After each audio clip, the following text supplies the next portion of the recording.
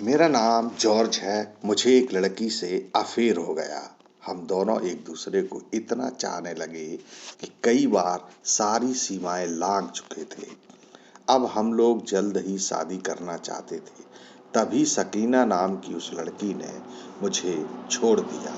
सकीना की बेवफाई से मैं इतना टूट गया था कि उसकी वजह से मैं बहुत डिप्रेशन का शिकार हो गया।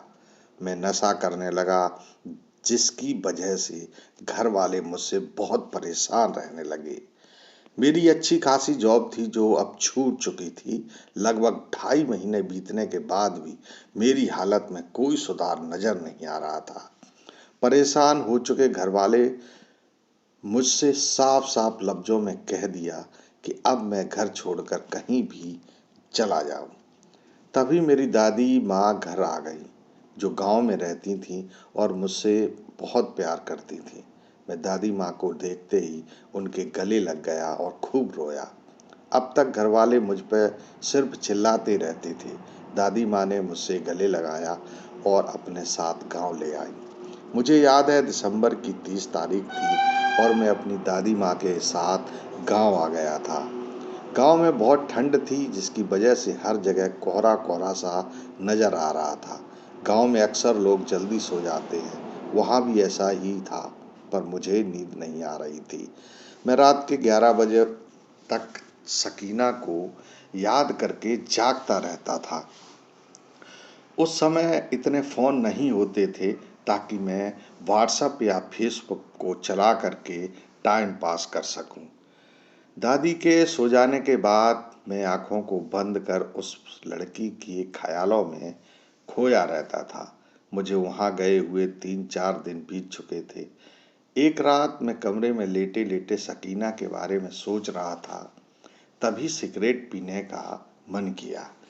मैंने सिगरेट की डिब्बी निकाली और छत पर जाकर सिगरेट पीने लगा। छत पर खुला आसमान था और सर्द बहती ठंडी हवा मुझे बड़ा सुकून दे रही थी।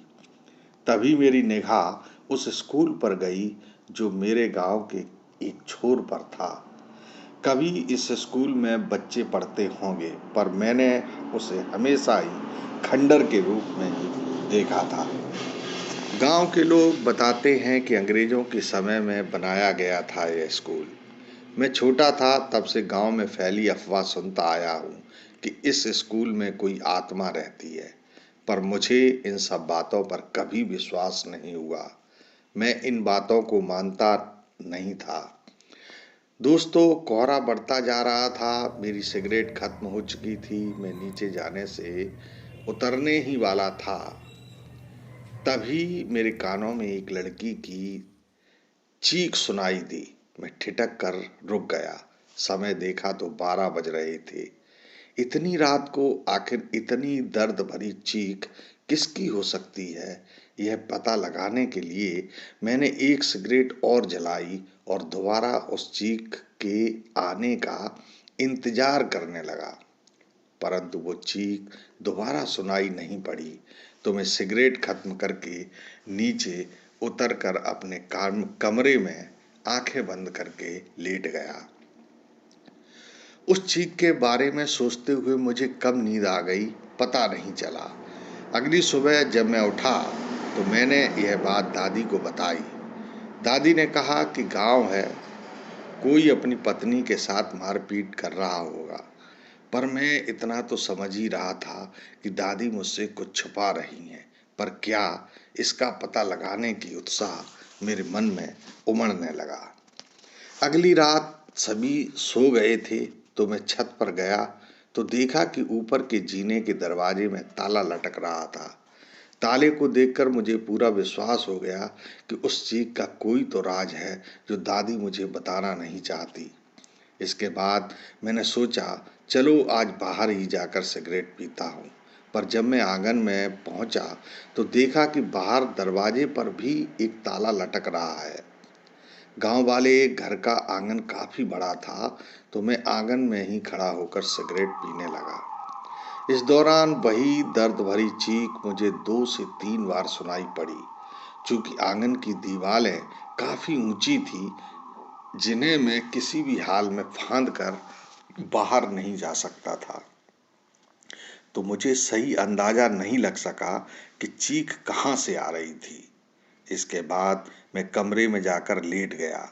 अब मेरे दिमाग में सकीना का ख्याल कम आ रहा था, जिसकी वजह से मैं डिप्रेशन तक में चला गया था। पर अब यह दर्द भरी चीख मेरे मन में कई सवाल खड़े कर रही थी कि आखिर गांव में इस दर्द भरी चीख को सुनकर भी गांव वाले सोते कैसे रहते हैं। यही सब सोचते हुए मैं सो गया। इसके बाद सुबह जब मैं उठा तो मैंने दादी माँ से हंसते हुए कहा कि आपने जीना और बाहर के दरवाजे पर ताला इसलिए लगा दिया कि मैं कहीं भाग न जाऊं। इसके बाद मैंने दादी को रात वाली सारी घटना बताई और जिद करने लगा कि मुझे आज जानना है कि आखिर उस दर्द भरी चीख का राज क्या है। इसके बाद दादी माँ ने इशारा करते हुए बताया कि पहले चाचा के बच्चों को स्कूल जाने दो, फिर बताती हूँ।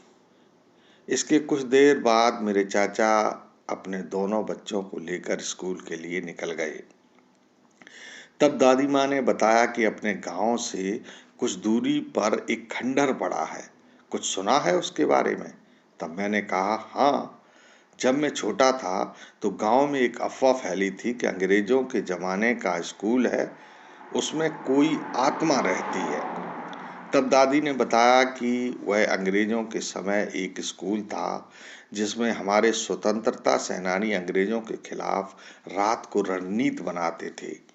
इसकी भनक अंग्रेजों के अफसरों को लग गई और अंग्रेजों ने उसमें ताला लगा दिया। इसके बाद वहाँ बच्चों की पढ़ाई बंद हो गई। मैंने कहा, यह सब तो मैंने सुना था, पर यह रोने की आवाज से क्या लेना देना। तब दादी ने बताया कि अंग्रेजों का दौर चल रहा था, 1940 की बात होगी। 3 अंग्रेज अफसरों ने एक लड़की को इस स्कूल में बंद कर दिया और उसके साथ गलत कार्य करते रहे। 7 दिन बाद उस लड़की की दर्दनाक मौत हो गई। इसके बाद उस लड़की की आत्मा यहाँ रहने लगी। इसके बाद उस तरफ लोगों ने जाना बंद कर दिया। अब कभी कभी रात के सन्नाटे में उसी की चीखें गांव वालों को सुनाई पड़ती हैं। उनकी बात सुनकर मुझे बहुत बुरा लगा। मैं सोचने लगा कि कुछ लोग कितने घिनौने होते हैं और कितनी नीच हरकत कर बैठते हैं। मैं दादी माँ से पूछा कि अब तक 50 साल गुजर चुके, क्या कभी किसी गांव वाले ने इस चीख के लिए, उस लड़की की आत्मा की शांति के लिए कुछ नहीं किया। तब दादी ने बताया कि ऐसा नहीं है। 1-2 बार ग्रामीणों ने मिलकर इसका प्रयास किया था, परंतु नतीजा सार्थक नहीं निकला। इसके बाद मैं चुप हो गया और अपने चाचा की दुकान पर आकर बैठ गया। तभी मेरे बचपन का दोस्त प्रवेश वहां आ गया, जो अब भी उसी गांव में रहता था। जब मैंने दादी द्वारा बताई गई स्कूल वाली बात प्रवेश को बताई तो वह बोला, यह बात सच है, पर पूरा सच नहीं। मैंने कहा, फिर पूरा सच क्या है?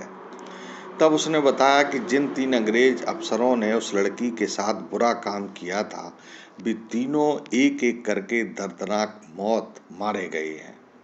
और तुम ही बताओ, जब कोई आत्मा अपना बदला पूरा कर लेती है तो फिर वो किसी एक जगह पर क्यों रुकेगी और लोगों को परेशान भी क्यों करेगी, और वो भी अपने ही गांव वालों को। तब मैंने पूछा, तुझे लगता है कि यह उस लड़की की आत्मा नहीं है जिसके साथ अंग्रेज अफसरों ने गलत काम किया था? तब वो गुस्से में बोला, हाँ, यह वह आत्मा नहीं है, दूसरी आत्मा है। तब उसने बताया कि लगभग 12 वर्ष पहले इस स्कूल में कुछ ऐसा हुआ था जिसके बाद आज तक उस स्कूल से एक लड़की की दर्द भरी चीख कभी कभी इस गांव में गूंजती है। यह वजह है कि पूरे गांव के लोग रात को 9 बजे से पहले सो जाते हैं। तब मैंने प्रवेश से कहा कि मुझे बताना ऐसा क्या हुआ था 12 साल पहले। फिर वो मुझे गुस्से में बोला कि तुझे यह कहानी लगती है। मैंने कहा नहीं, मैं जानना चाहता हूँ कि वहाँ पर हुआ क्या था।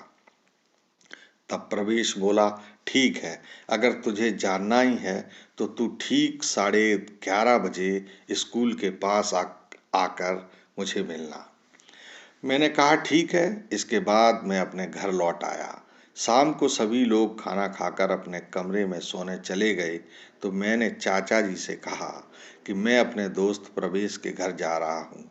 उसने मुझे बुलाया है और मैं रात को उसी के घर रुक जाऊँगा। चाचा जी को यह बात अजीब सी लगी तो मैंने उन्हें कुछ उल्टा पुल्टा बहाना बनाकर राजी कर लिया। इसके बाद चाचा मुझे मेरे दोस्त प्रवेश के घर छोड़कर आ गए। जब मैं अपने दोस्त के घर पहुंचा तो उसके घर वाले यह देखकर हैरान रह गए कि मैं आज उसके घर पर रात को रुकने वाला हूँ। वे सभी भी मेरे और प्रवेश की दोस्ती से परिचित थे, पर मेरे वहां रुकने की बात उन्हें भी खटक सी रही थी। वे सोच रहे थे कि ऐसी क्या बात है जो ये दोनों एक साथ में प्लानिंग कर रहे हैं। खैर, इसके बाद हम दोनों ही उसके घर वालों के सोने का इंतजार करने लगे। कुछ देर बाद जब प्रवेश के घर वाले सो गए तो हम दोनों ही दबे पांव उसके घर से निकल गए। बाहर आकर मेरे दोस्त ने एक धागा दिया और वो कहा कि इसे अपने हाथ में बांध ले और एक धागा गले में पहना भी दिया। इसके बाद उसके पास कुछ सफ़ेद कलर का पाउडर जैसा था जिसे उसने मेरे पूरे शरीर पर छिड़कते हुए कहा कि यह तुम्हारी रक्षा करेगा। मैंने कहा यार, अभी भी गांव वाले इन सभी बातों पर विश्वास करते हैं। पर वो मुस्कुराते हुए वही क्रिया अपने साथ भी करने लगा। एक हाथ में धागा बांधा, एक गले में पहना और पाउडर को शरीर पर छिड़क लिया। इसके बाद हम लोग स्कूल की तरफ चल दिए। हम लोग जितने ही स्कूल के नज़दीक पहुंचते जा रहे थे, चीखें उतनी ही साफ होती जा रही थीं। मैंने प्रवेश से कहा, यार ये चीखें कितनी दर्द से डूबी और डरावनी लग रही हैं, मानो दिल को अंदर से कपा रही हैं। इसके बाद उसने कहा, चलता रह, देखते हैं आगे होता है क्या। उसकी बात सुनकर मैं चौंक गया। मैंने कहा, क्या तुझे भी नहीं मालूम कि आगे होना क्या है? दरअसल तभी मुझे पता चला कि इससे पहले मेरे दोस्त को खुद नहीं पता था कि स्कूल के अंदर है कौन। वह मुझसे बोला कि मैं खुद स्कूल के अंदर से आ रही इन आवाज़ों का राज जानना चाहता हूँ, पर मेरी अकेले आने की हिम्मत नहीं पड़ी। कुछ ही देर में हम दोनों स्कूल की टूटी फूटी दीवार के नज़दीक पहुंच गए। अब आवाज़ें साफ व तेज आने लगीं, मानो कान फट जाएंगे। अब हम लोग दीवार फांद कर जैसे ही स्कूल के अंदर पहुंचे, अचानक से आवाज़ें आना बंद हो गईं। तभी स्कूल के अंदर वाले कमरे का दरवाज़ा एक जोर की आवाज़ के साथ धड़ाम से नीचे गिरा। तभी वहां से किसी के भागने की भी परछाई नजर आई। चारों तरफ घने कोहरे की चादर से सभी को अपने आगोश में ले लिया था। सर्दी बहुत थी। दोस्तों, जब मैं उस कमरे के अंदर घुसे तो देखा एक कोने में एक बुरी शक्ल वाली औरत खड़ी है। जैसे ही हमारी नज़र उस औरत पर पड़ी, मेरी तो रूह कांप गई। मैंने दोस्त से धीरे से कहा, वो देख सामने चुड़ैल खड़ी है, जितनी जल्दी हो सके यहाँ से भागते हैं। तभी देखा वह चुड़ैल हम दोनों को इशारा करते हुए अपनी ओर बुला रही थी। हम दोनों ही डर के कारण कांप रहे थे, इसलिए बिना समय गंवाए तुरंत पीछे मुड़े और दरवाजे की तरफ बढ़े। पर हम लोग दरवाजे से बाहर होते इससे पहले ही वह औरत दरवाजे के सामने खड़ी होकर जोर जोर से हंसने लगी। दोस्तों, यह देख हम लोग वहाँ खड़े खड़े सूखे जा रहे थे। हम लोगों की आवाज़ नहीं निकल रही थी। तभी मैंने देखा कि मेरे दोस्त ने जो सफ़ेद पाउडर हम लोगों पर छिड़का था, वही उसके पास और भी रखा है। उसने हिम्मत दिखाते हुए उसे इधर उधर छिड़कने लगा। उस पाउडर के छिड़कते ही वह चुड़ैल तुरंत दरवाजे से हट गई। तभी हम लोगों को मौका मिला और हम दोनों वहां से भाग निकले। इसके बाद सुबह जब मेरी दादी ने मेरी हालत देखी तो वे सब कुछ समझ गई थी। दोस्तों, उस भय से मैं बीमार हो चुका था, इसलिए दादी ने मुझे मेरे घर वापस भेजने का फैसला कर लिया। उसके बाद मैं ठीक हो गया और मैंने अपनी जिंदगी फिर से शुरू की। आज मेरी पत्नी है, 2 बच्चे हैं, पर मेरा दोस्त प्रवेश अभी भी गांव में ही रह रहा है। स्कूल को समतल कर दिया गया। अब उस जगह कचरा डंपिंग पॉइंट बना दिया गया है, जहां से अब कोई रात को आवाज नहीं आती। तो दोस्तों, आज की कहानी में बस इतना ही। अगर आपको मेरी ये कहानी पसंद आए तो चैनल को सब्सक्राइब कर देना। और हाँ दोस्तों, यदि इसी तरह की कहानी आपके पास भी है तो आप मेरे पास कमेंट बॉक्स में ज़रूर लिखें, ताकि मैं आपकी इस कहानी को अपने चैनल के माध्यम से लोगों तक पहुंचा सकूं। नमस्कार दोस्तों।